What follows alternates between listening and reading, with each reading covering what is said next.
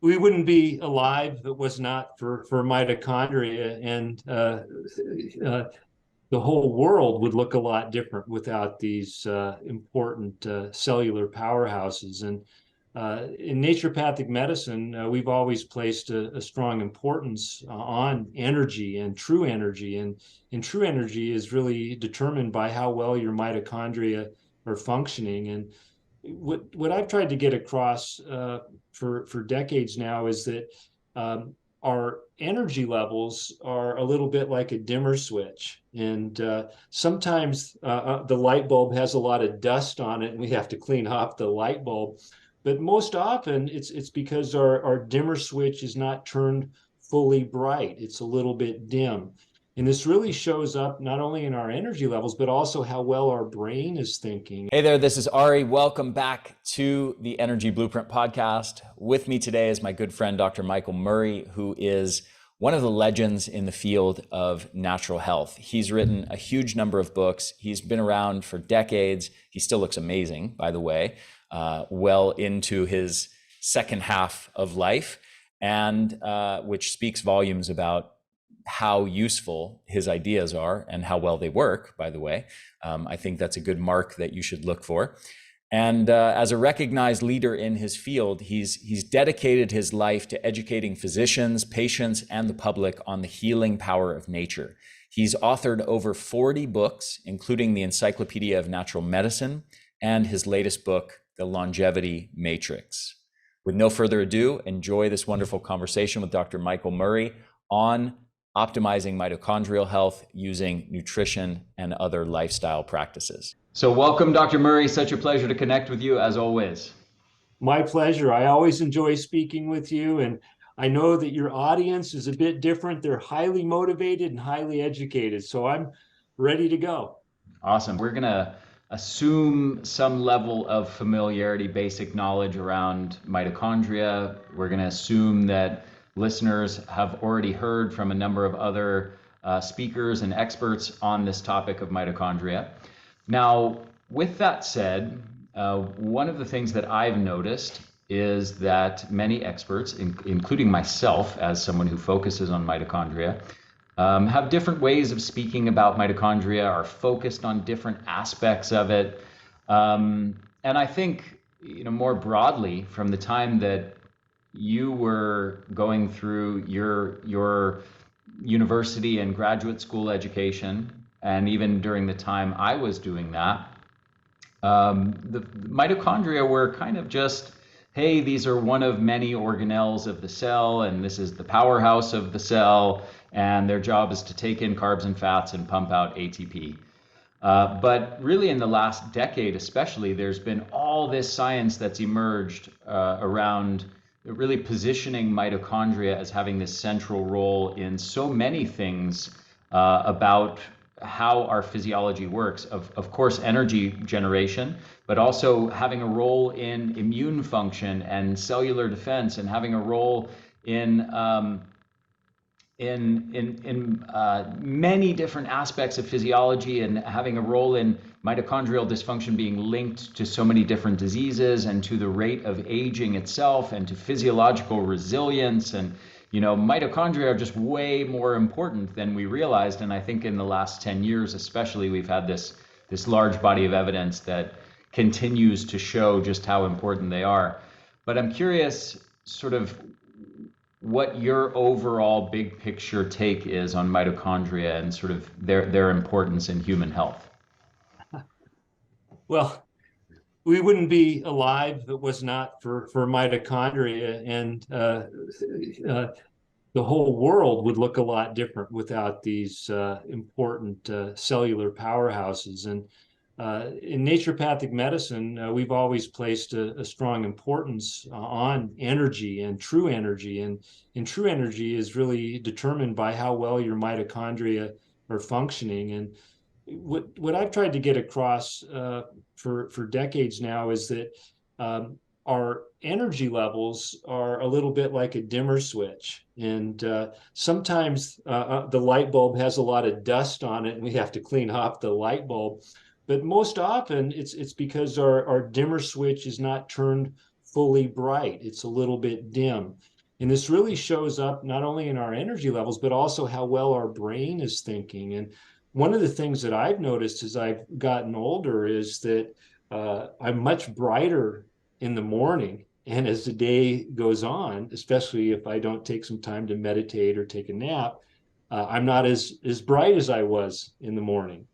And I think that's a good indication of the importance of making sure we get enough rest and recovery to allow our mitochondria to rebound. They get a little tired if they're pumping all the time, 24/7. They need that break to cleanse and to kind of reboot and recharge. Hmm. Yeah, absolutely. Okay, so what do you see as some of the big factors that are dimming that dimmer switch, or dimming the light bulb, dimming the energy output? What are some of the big drivers of why there is a fatigue epidemic and an epidemic of poor mitochondrial function?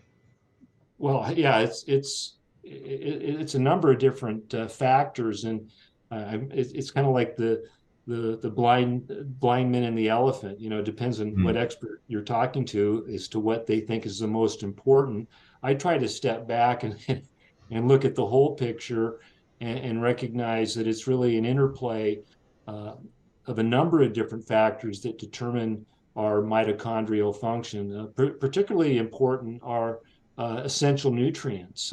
If we're deficient in any nutrient, it's going to lead to impaired mitochondrial function. And when you look at nutrient deficiency, even in developed countries, you think, oh, there couldn't be people walking around with nutrient deficiencies. We were overfed, but we're undernourished. And if we look at something as simple as iron deficiency, which is the most common deficiency in the world, it's rampant in certain groups in the United States. For example, in studies looking at endurance athletes, female endurance athletes or swimmers, uh, over 80% are deficient in iron. We have a population that's becoming more plant-based in their nutritional choices. And as a result, we're seeing a lot of people becoming vegans and vegetarians, and the rate of iron deficiency in those groups is really, really high. We have children with iron deficiency. As we get older, we don't absorb iron as efficiently. And so, just something as simple as an iron deficiency could be a big factor in why many people aren't having high energy levels and are experiencing low mitochondrial function. And one of my important discoveries when looking at energy levels was a study that came out in the 50s looking at how long a woman could stay on a treadmill walking at 3 miles per hour. Uh, and what they found was that it was uh, directly related to their iron stores. If their iron stores were low, their time on that treadmill was low. But the better their iron stores, the longer they could stay on that treadmill. And I mean, I think every menstruating woman should have at least a yearly serum ferritin test that tells us the level of iron stores in the body. And if it's below 50, they need to eat more iron rich foods. And there's two types of iron. We have heme iron, which is found in animal products, and we have non-heme iron, which is found in plant foods. And the reality is that heme iron is much better absorbed. So gee, for women that have really low iron levels, maybe eating some liver, a calf's liver, or even fish liver, once or twice a week is a great way to boost iron levels. And of course, there are supplements, and most of those supplements are the non-heme. We just have to use a sufficient level, usually 60 to 120 milligrams per day for a period of time until that level gets up. But that little recommendation, Ari, of if you're a woman menstruating and you're suffering from low energy, particularly if you're a runner or a swimmer engaged in intense physical activity or exercise, get your serum ferritin level checked and make sure that you have enough iron to make energy. Are there any other notable nutrient deficiencies that stick out to you as being common in people with chronic fatigue?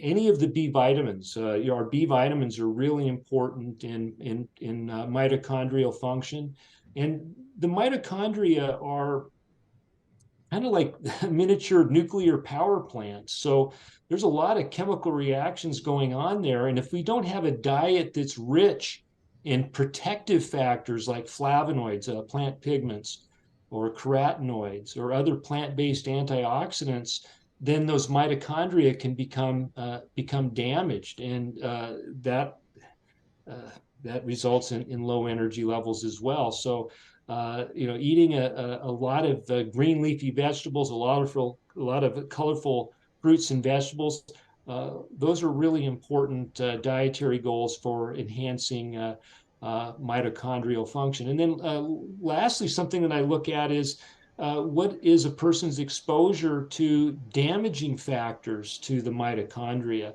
And my gosh, Ari, if we look at one of the worst mitochondrial damagers is Tylenol, acetaminophen. And we have 50 million Americans that regularly use acetaminophen or Tylenol on a weekly basis. And every time you take a Tylenol, it dramatically reduces your uh, glutathione stores, and as a result, it makes your mitochondria more susceptible to damage, and that leads to decreased function. So that's an example of a really serious damaging factor to mitochondria. Cigarette smoke, vaping is absolutely deadly to mitochondrial function.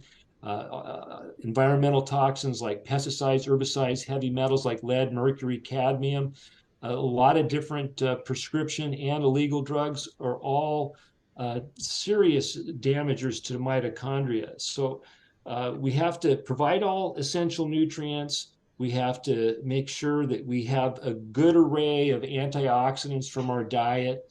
We have to reduce exposure to damaging factors. And as I discussed at the beginning, we have to take time for rest and recovery so that our mitochondria have a chance to take a little break and cleanse, recover, and then start putting out more ATP. Hmm. Hey, here's a little trivia. This is something that patients are always amazed of. Ari, do you know how much ATP your body makes in a day? I want to say it's it's been a few years since I saw this, but and I don't want to be a spoiler to the number, No, but no, I it's think it's fine. like 180 kilograms of ATP per day, or 90 kilograms a day, something along those lines. It's about your body weight. So Right. if someone weighs 100 pounds, their body every single day is making about 100 pounds of ATP. If they weigh 200 pounds, they're making 200 pounds of energy every day. I think that just really puts it into perspective. Your mitochondria are producing the amount of ATP that equals your body weight every day. And It's just explain to people, because maybe it's not obvious, how this could be possible and for there to be no weight gain or weight loss while this is happening. okay. ATP is the chemical currency for energy in our body, and it's the mitochondria's job to produce ATP. And so ATP is produced, and then energy is burned in the process. And so this is just how that exchange works. The mitochondria produces that ATP. The ATP is kind of like the fire that burns the wood. That energy that is created is used for biochemical processes, and that's where we burn calories. Mm-hmm. Got it. You mentioned phytochemicals, flavonoids and polyphenols and things of that nature. What do you see as the role of them in terms of physiology, in terms of biochemistry, and specifically as it pertains to mitochondria? And I'm curious if you're familiar with the field of research called xenohormesis. Yes. Um, flavonoids are a big part of my love affair with nature. Um, uh, I I really uh, fell in love with flavonoids when I was at Bastyr studying naturopathic medicine.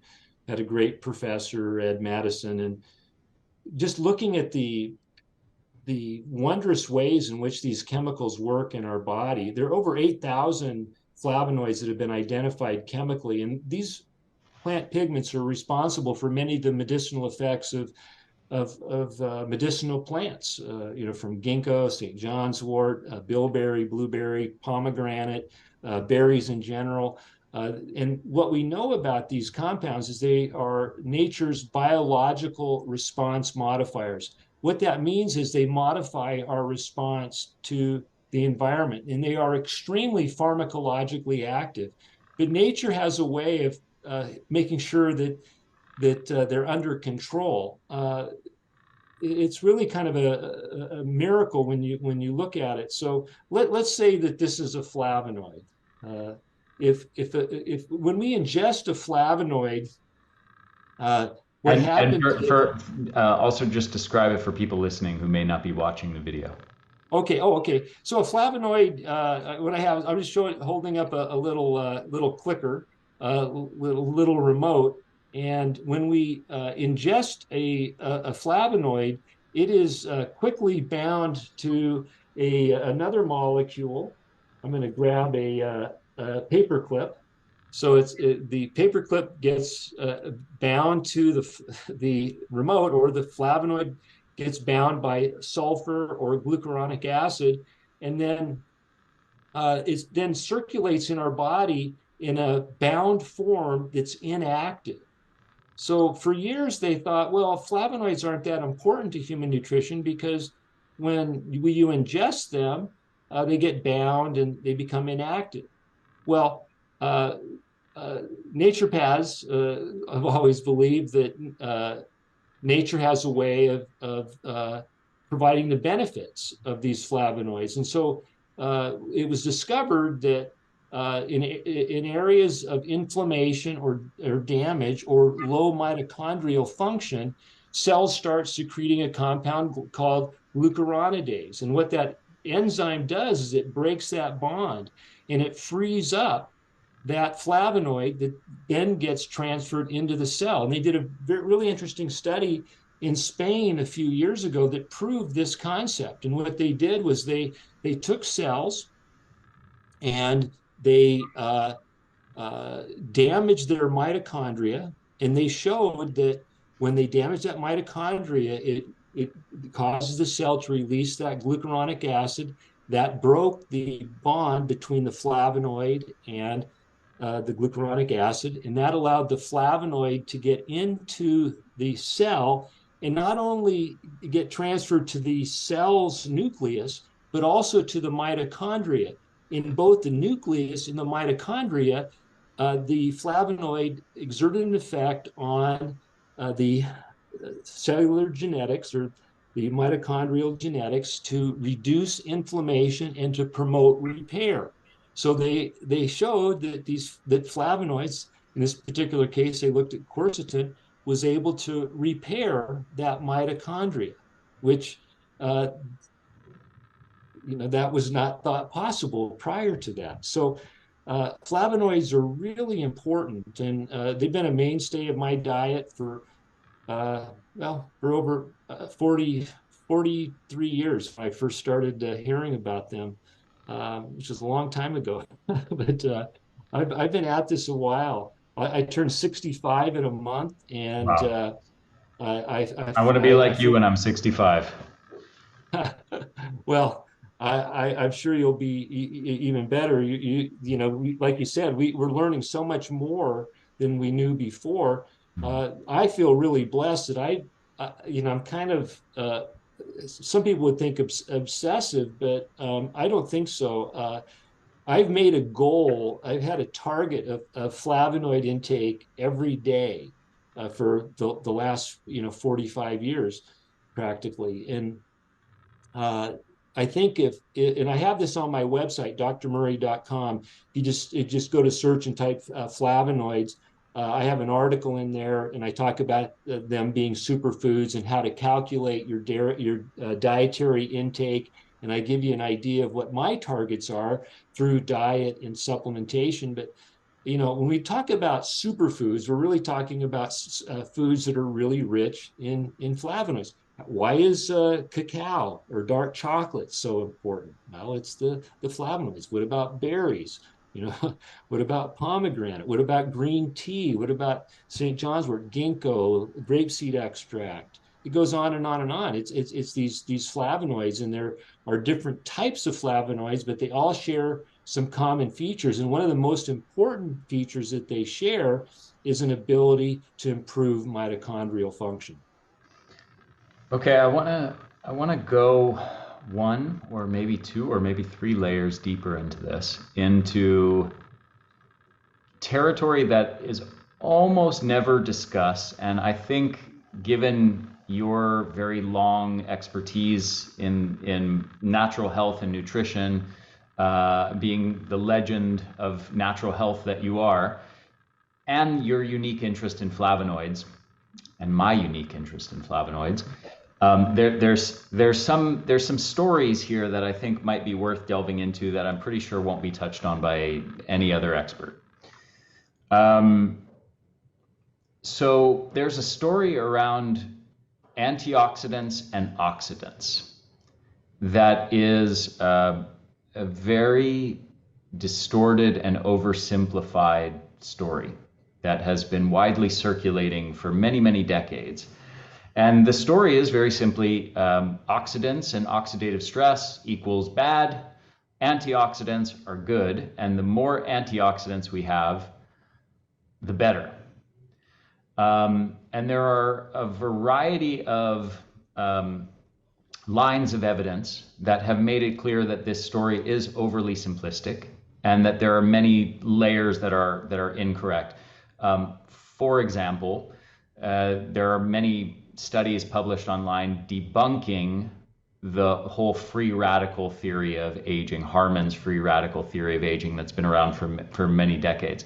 And there's many, many studies, as you probably know, Dr. Murray, where they have tested various kinds of antioxidants and found them to not be particularly effective, and in some cases to actually be counterproductive as far as disease prevention or extending lifespan, both in animal models and in humans.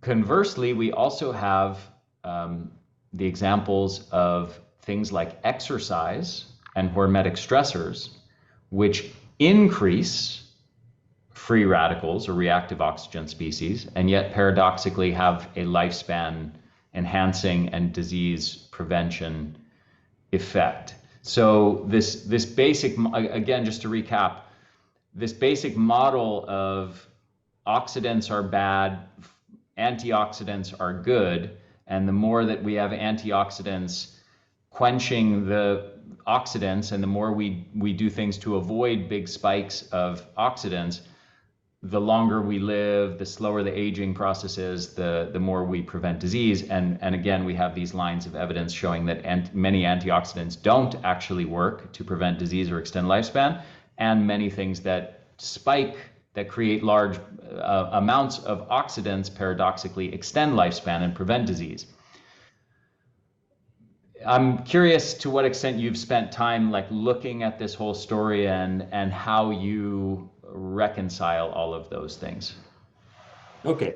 So a lot of times when we're looking at an antioxidant or an oxidant, we're looking at a chemical reaction or in an in vitro or test tube study. that has really no bearing, So for example, if we look at flavonoids are generally referred to as antioxidants. Yeah. In a chemical reaction or in a test tube study, they show antioxidant activity. The problem is that you cannot achieve the level of concentration to produce that antioxidant effect in the body. Does that mean that they don't have antioxidant effects? No, they have indirect antioxidant effects. And the things that you were talking about being stressors to our antioxidant system, they have the same effect as the beneficial compounds that exert systemic antioxidant effects like antioxidants. We have genetic controllers, and we have very unique set of feedback stimuli, kind of like thermostats in the form of receptors on our cells that will activate signals to our nucleus to activate certain genes. And I don't know if your audience or this audience is familiar with NRF2, but NRF2 is kind of the body's antioxidant response, and that's really what we want to be looking at. And again, if you look at what stimulates NRF2 activation, it's both stressors to the antioxidant system and natural compounds that support the antioxidant system. So you eliminate that. That's what seems to be an enigma, but it's really not, because you just look at what happens on a cellular level. And exercise is a great example.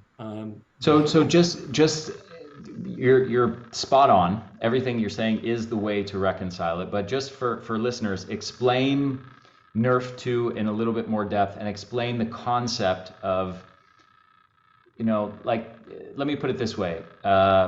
Let's say that you had just a simple machine, like a hunk of metal, like a car or something like that.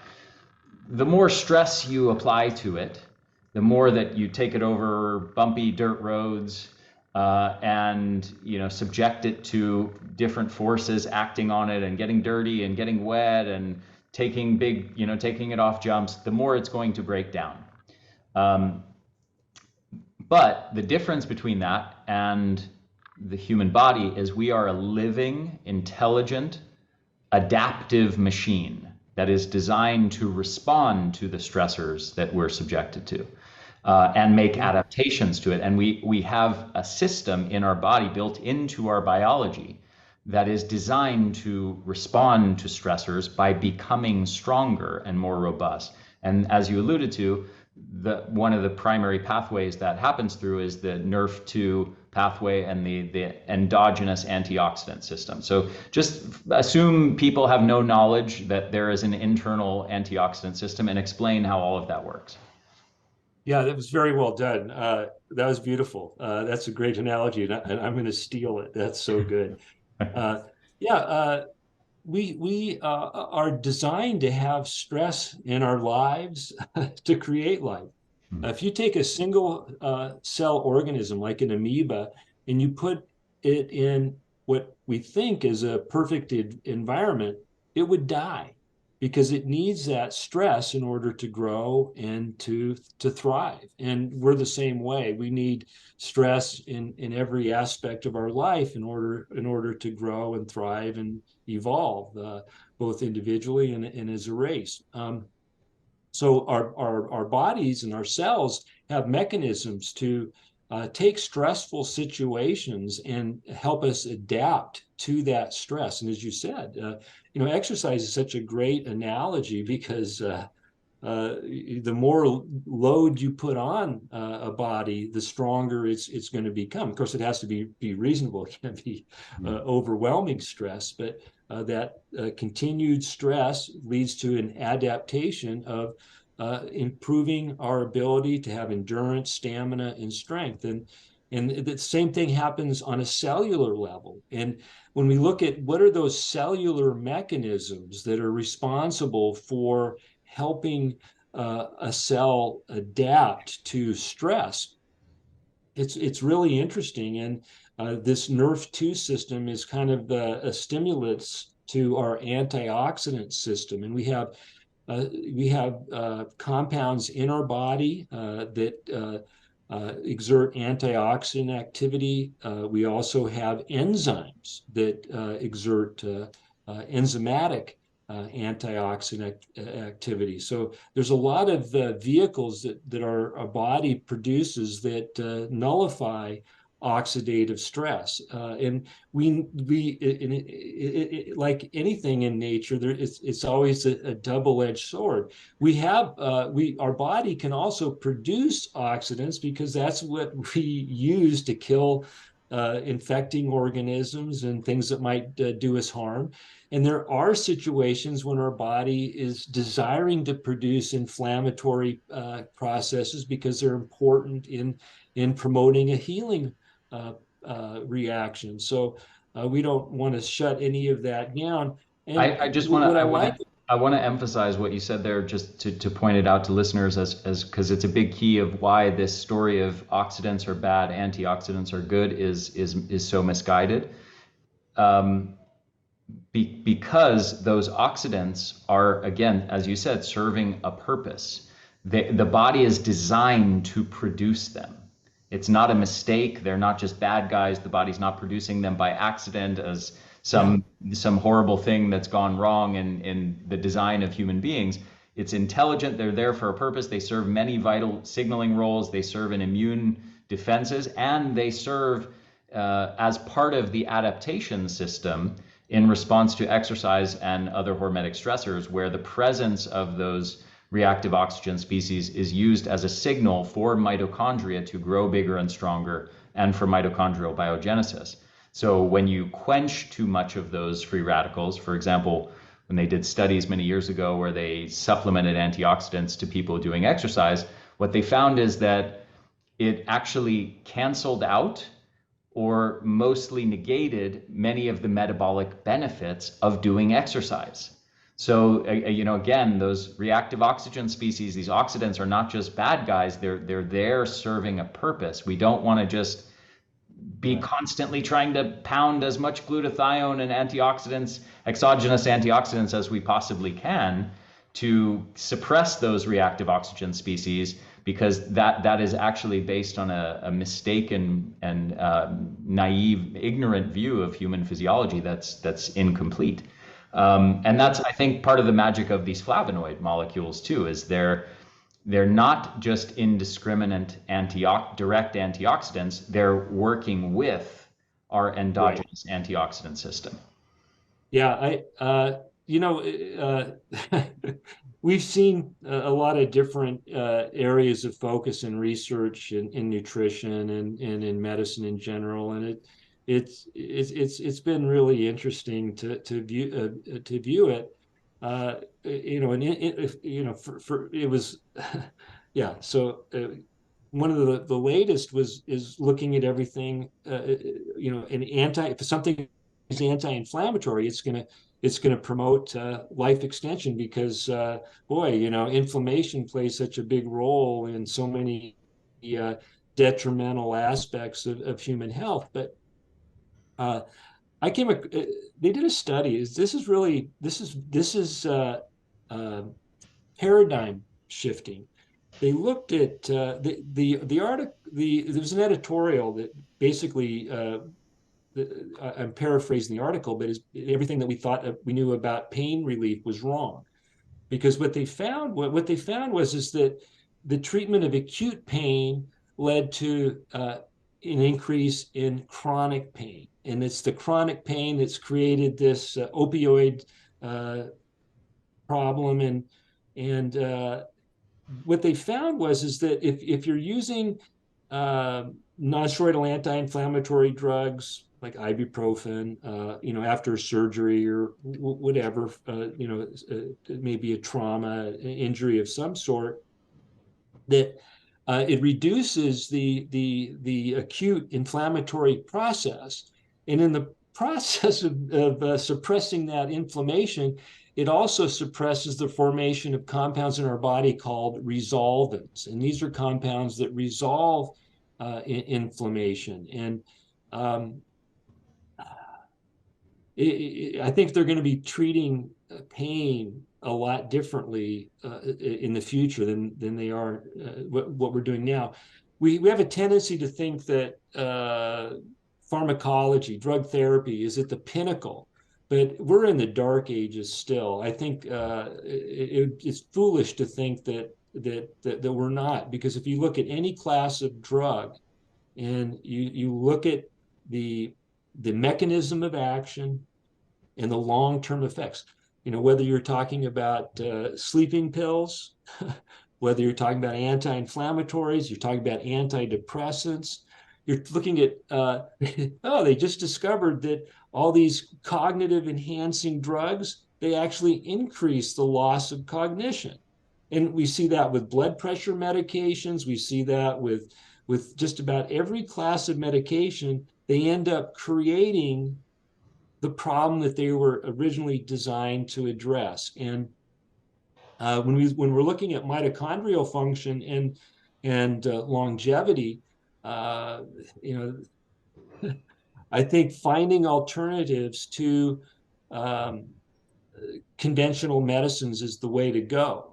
That's one of the basic foundations of my latest book, the longevity matrix. And yeah, we want to support our body with all these wonderful longevity aids, but from what I look at, whether you're talking about proton pump inhibitors for treating esophageal reflux, or sleeping pills, or Tylenol, or whatever, you look at those sorts of drugs and you look at their impact on life extension and their mortality risk.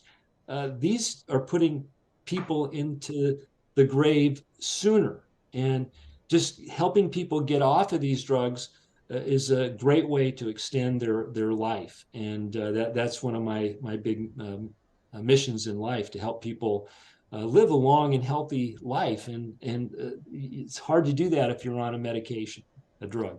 I think that this really gets into a difference in paradigms, like the foundational paradigms through which you are seeking to improve human health, or within conventional medicine, generally it's not about improving health, it's about trying to fix disease, reverse pathology or stop pathology.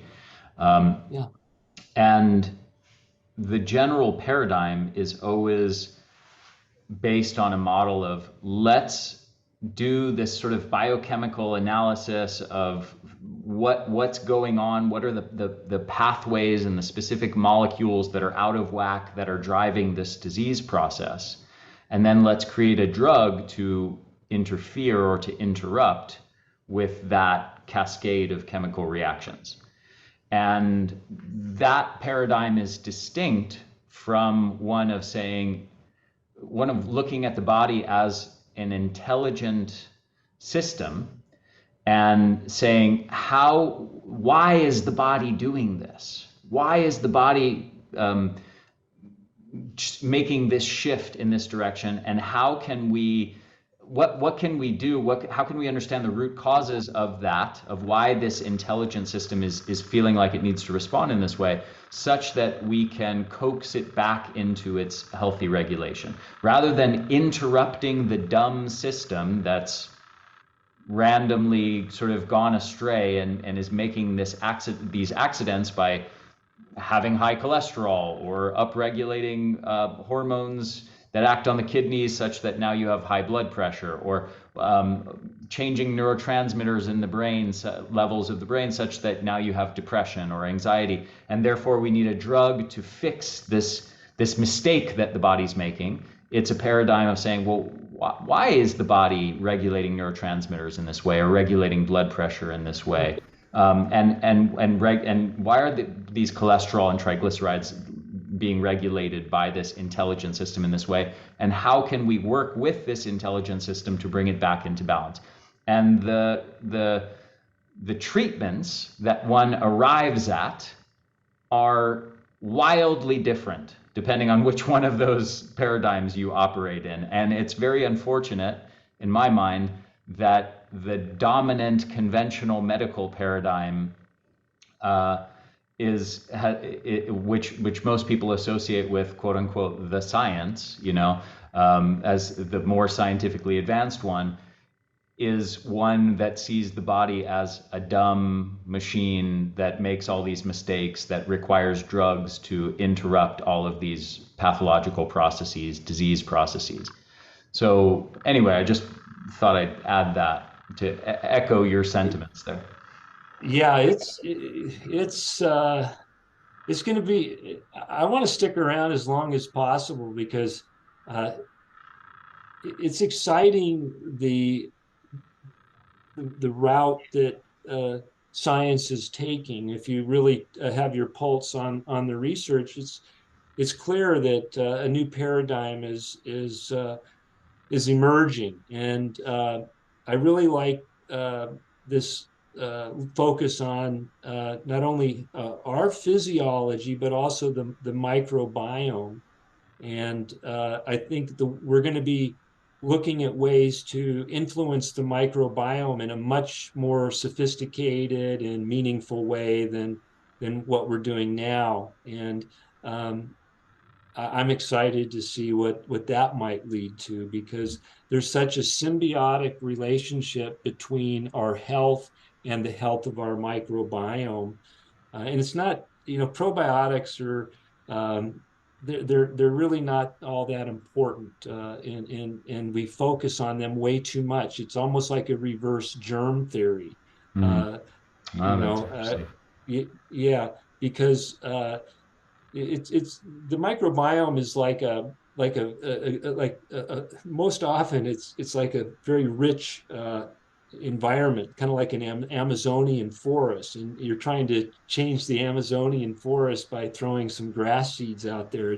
There's no room for it.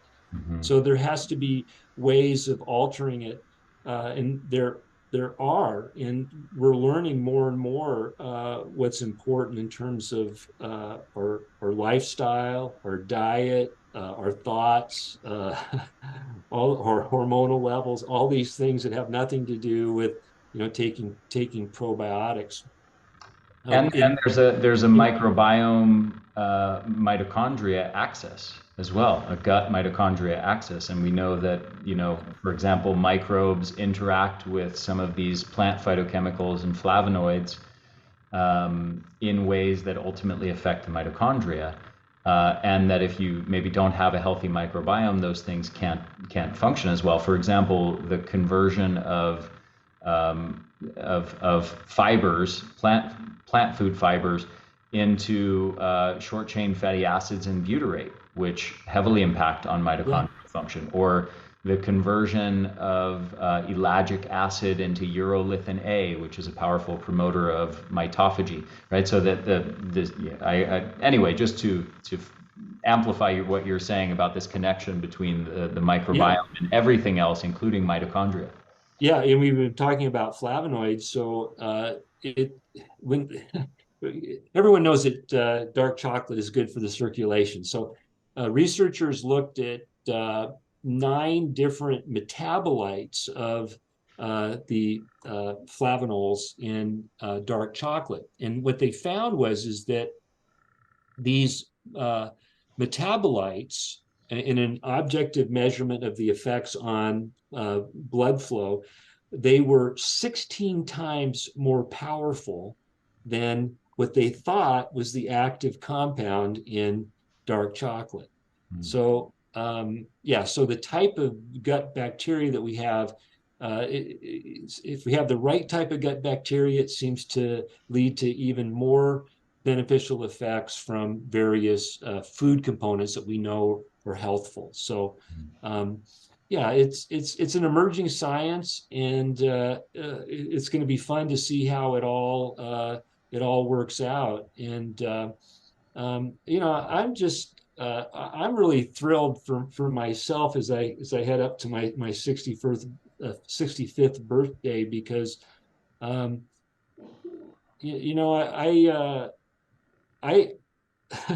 I had a lot of these epiphanies just as you've had, and has allowed us to create our own individual philosophy of diet, lifestyle, attitudes, spirituality, and it pays off. I know it's paid off for me, and uh,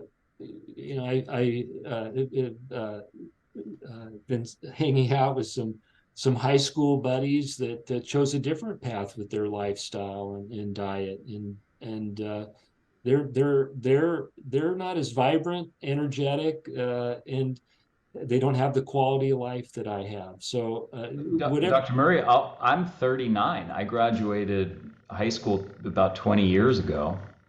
And a lot of the guys that I went to high school with looked like, like middle-aged men. I still feel like a young guy. I'm Yeah, very fit. I have tons of energy. I'm lean. I'm in great shape.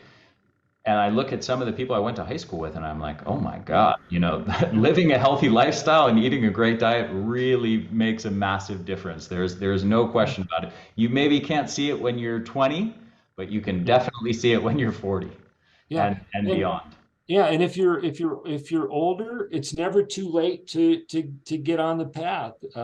It's never too late. It's not about living longer, it's about living better now. If you take care of living better now, the longer part is just gonna fall into place. I didn't, when I was in my 20s, I didn't think about, hey, I'm gonna do this because I want to live longer. I did it because I want to feel better now. I want my body to be functioning as best as it can now. Mhm. And if you always take that approach, the longevity part should just fall into place. Yeah. So I wanna wrap up with your thoughts on maybe some of your top superfoods, your top flavonoids, and your top supplements that you would advise people to consume or to perhaps experiment with if they're dealing with fatigue issues or poor mitochondrial function.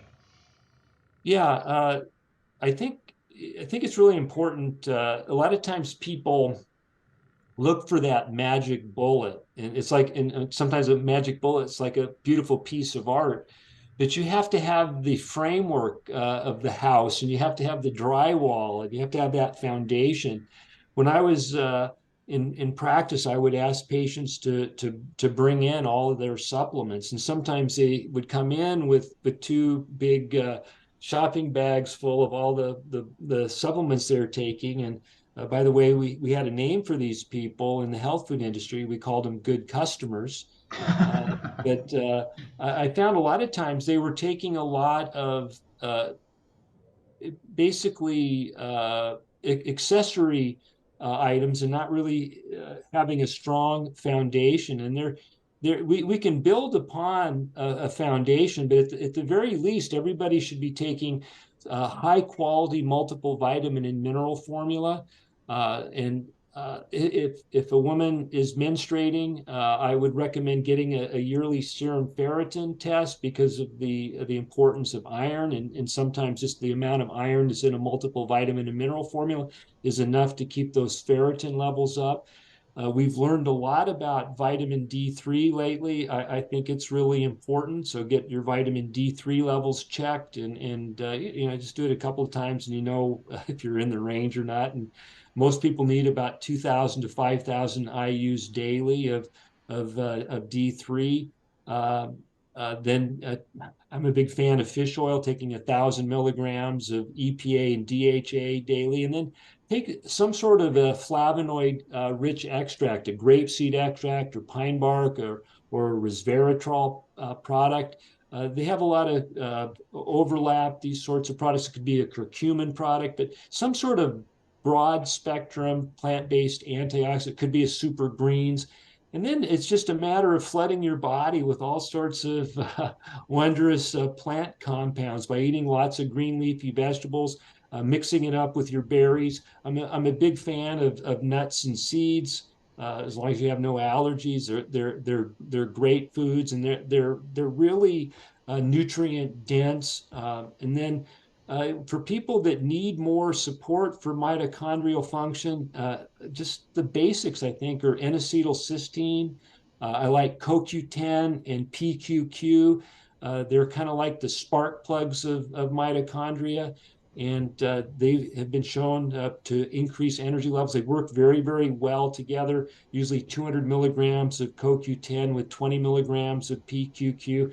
And I don't know if people have talked about PQQ. People are probably familiar with CoQ10, but PQQ stands for pyrroloquinoline quinone. That's why we call it PQQ. And it's literally been found on intergalactic dust. So it's from stardust, and it's something that we can't manufacture in our body. So it will be designated an essential nutrient at some point.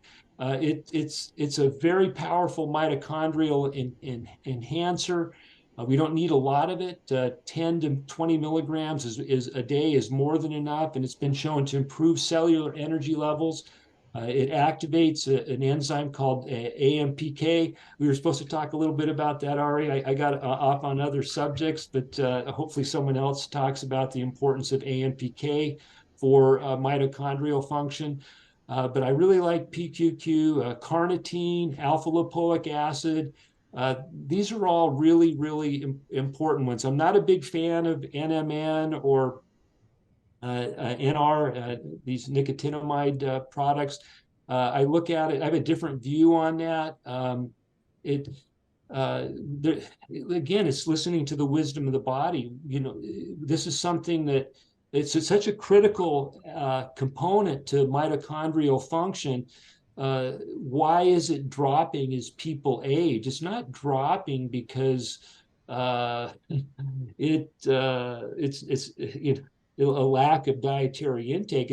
It's dropping because there's an enzymatic imbalance that's associated with aging, and flavonoids like quercetin have been shown to activate this longevity gene that naturally boosts NAD plus levels. So I just think it's a more elegant and rational way. It's kind of like you have a boat and it has a bunch of holes in it, and those holes represent ways we lose NMN, and you're throwing more NMN in the boat, but it's leaking out. Why not patch up those holes? And the way that we patch up those holes is to have a flavonoid-rich diet. And I know people are going in for IVs for NAD and glutathione, and I've never done any of those IVs. I think they're, to me, they're you're filling up a lifeboat that is leaking,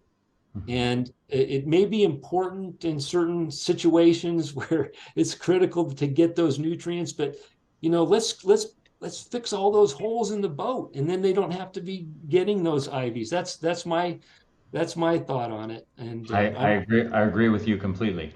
okay. Dr. Murray, are there any final words that you want to leave people with, and tell people where they can find you and follow your work? Okay. Um, they can follow me at drmurray.com, and they can find all my work there. My final words are this: in working with people and trying to help them improve their health or to live longer, uh, I came to the realization that the most important thing is to have a reason to live, a reason to live longer. So find your reason why, find your purpose, create a vehicle in your life that makes a difference in the lives of others. Uh, Practice gratitude, express appreciation, share of yourself, give of yourself. These things are self-nurturing, and they promote health. I think they also promote longevity and a reason to be here as well. So all these are covered in my book, The Longevity Matrix. I start off with some exercises that help people identify why they want to be here. And I go through my 10 biggest reasons to live on a regular basis. They just keep me fired up, and that creates energy. We can create energy. We've all had that experience where We've been dead tired, but then something excites us, and wow, we're just flooded with all this energy. That wakes up our mitochondria.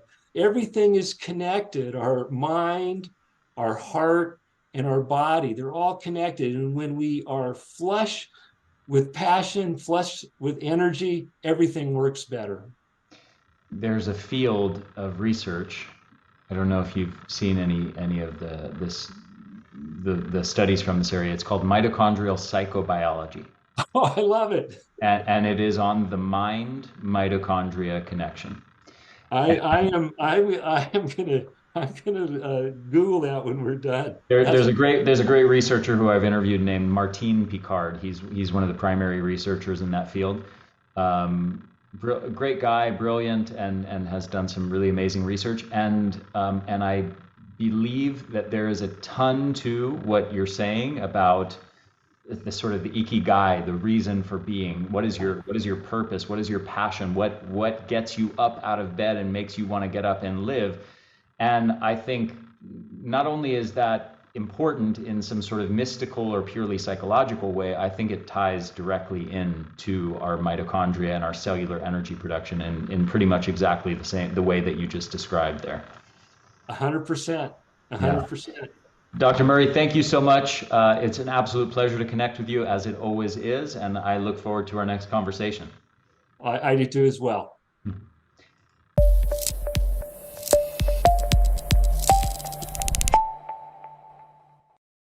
Hey there, this is Ari again. Thank you so much for listening to this episode. I hope you enjoyed it.